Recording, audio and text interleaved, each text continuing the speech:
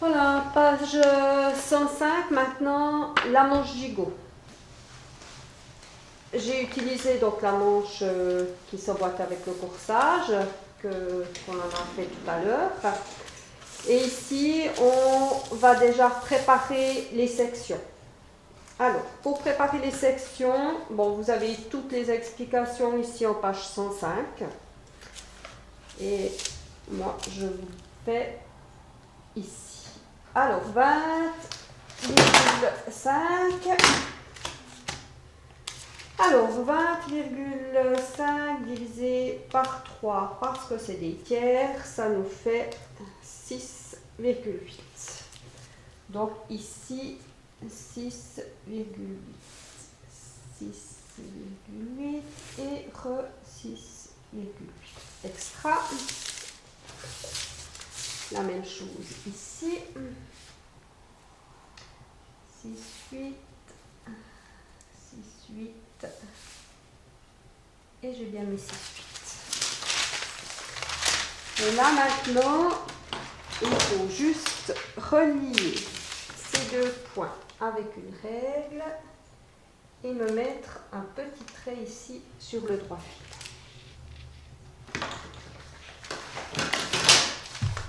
Ça nous donne ceci ici.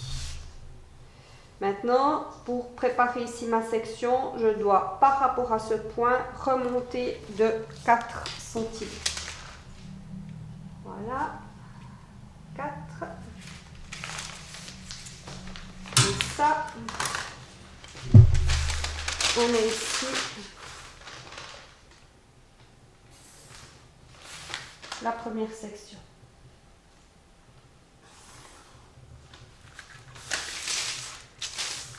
Sur la partie qui nous reste ici, aussi des tiers. Donc j'ai 25,7. Bon, la précision avec mon gros stylo, hein, mais le principe reste le même. 25,7 divisé par 3 et ça me donne 8,5. Donc j'ai ici un tiers et les deux tiers ici, alors qu'ici ce sont chaque fois des tiers.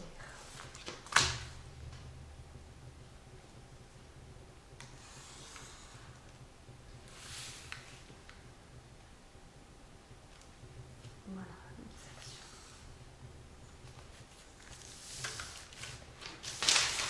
Alors, quand vous voulez faire un développement, tous les développements, il faut absolument que la tête de manche s'emboîte parfaitement dans la manchure, que les repères soient mis, parce que vous ne pouvez plus mettre vos repères et être précis une fois que la manche a été développée. Donc ça, c'est vraiment primordial.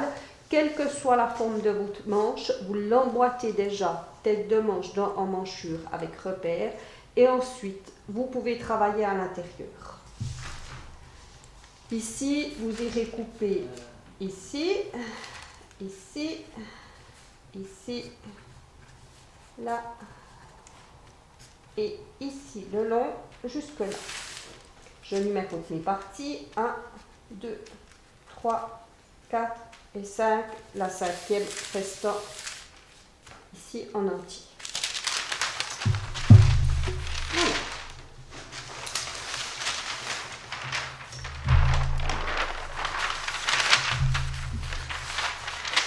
Bon, j'espère que vous n'allez pas trop souvent voir mon dos comme à la vidéo précédente, mais je m'applique. 1, 2, 3, 4. Voici les sections. J'ai déjà collé toute la partie numéro 5. Et ici, ils me disent, donc dans les entailles, je peux ouvrir entre 1,5 à 2 cm par entaille. Mais ça, c'est clair que c'est une base. Si dans un modèle, vous voulez un gigot beaucoup plus prononcé, c'est-à-dire une forme beaucoup plus large en haut, resserrée en bas, vraiment, cette manche-là vous permet de faire plein de fantaisie. Si vous voulez resserrer beaucoup ici le bas, vous pouvez très bien, sur la couture, ouvrir avec des ganses des boutons, un zip, enfin choisir une ouverture. Le principe de la manche gigot, c'est comme un gigot, c'est serré ici et large ici. Ça ici, c'est une base. Là, je vais mettre les 2 cm. Voilà. Alors maintenant ici, je vais faire avec ce crayon là. Je mets mon équerre ici et je remonte de 2. Et je vais poser ma partie comme ceci. Voilà. Colle.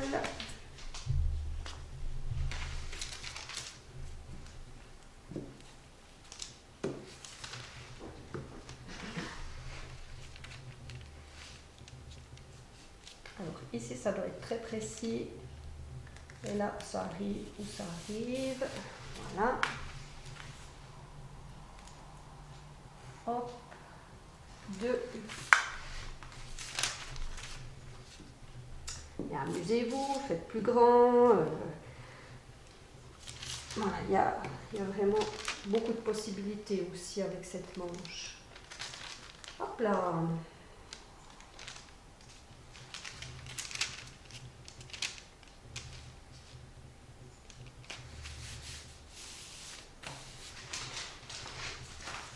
Bon, je vais essayer de faire de l'autre côté en déplaçant ma feuille.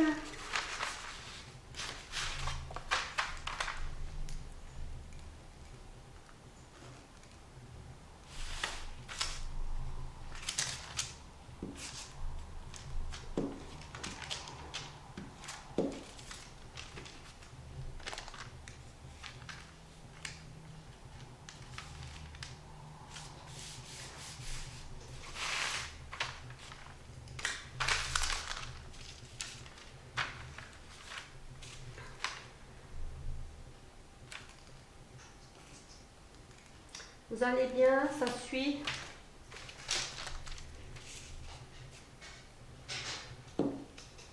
Quand même, ça me manque de ne pas avoir mes élèves là en face. Ça meuble un peu. Je suis en train de travailler comme ça. Personne en face, c'est quand même bizarre. Hop. Voilà. J'ai bien ouvert tout ça.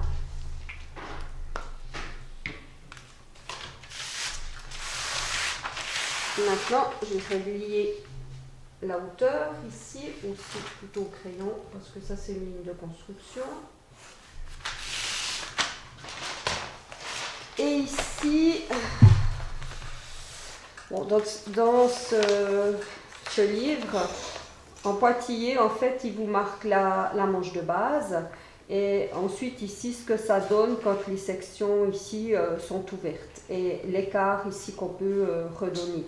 Par rapport à la manche de base, ils mettent 3 à 4 cm. C'est clair que moi, dessous, je ne l'ai plus, ma manche de base. Moi, ce que je regarde ici, c'est qu'à cette hauteur-là, on peut donner la valeur de l'entaille que vous avez faite. Donc ici, j'ai 2 et 2. Là, je pense que sans problème, je peux remonter de 4. Voilà.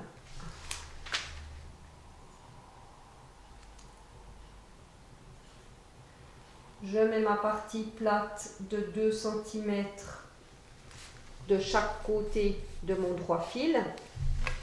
Donc ici, j'ai 2 et 2, donc ça me fait cette valeur-là, 4. Et ici, je vais pouvoir retracer ma ligne. Je dirais ce qui est important, c'est que vous ne changiez pas trop la forme des dessous jusqu'au repère. Après, ici, ça peut changer. Si vous allez mordre un petit peu ou si vous allez redonner, ça peut changer. Mais ce qui est bien, c'est que ça reste comme la manchure. C'est quand même plus simple. Alors, je n'arrive pas, moi, à faire une ligne directement à la règle. Je préfère utiliser d'abord à la main à trait levé pour nous rendre compte un peu de la forme.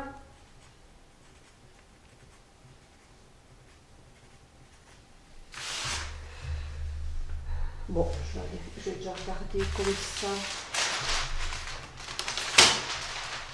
ce que ça donne.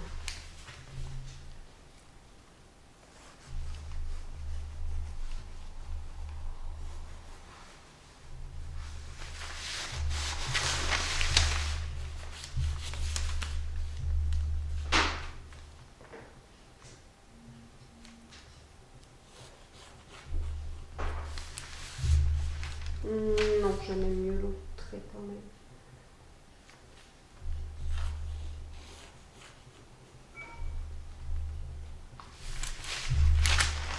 Alors, ça donne quoi? C'est pas mal. Peut-être qu'ici, c'est encore un tout petit peu trop rond. Je vais peut-être enlever encore un tout petit peu ici. Voilà, je vais la faire en plus foncé.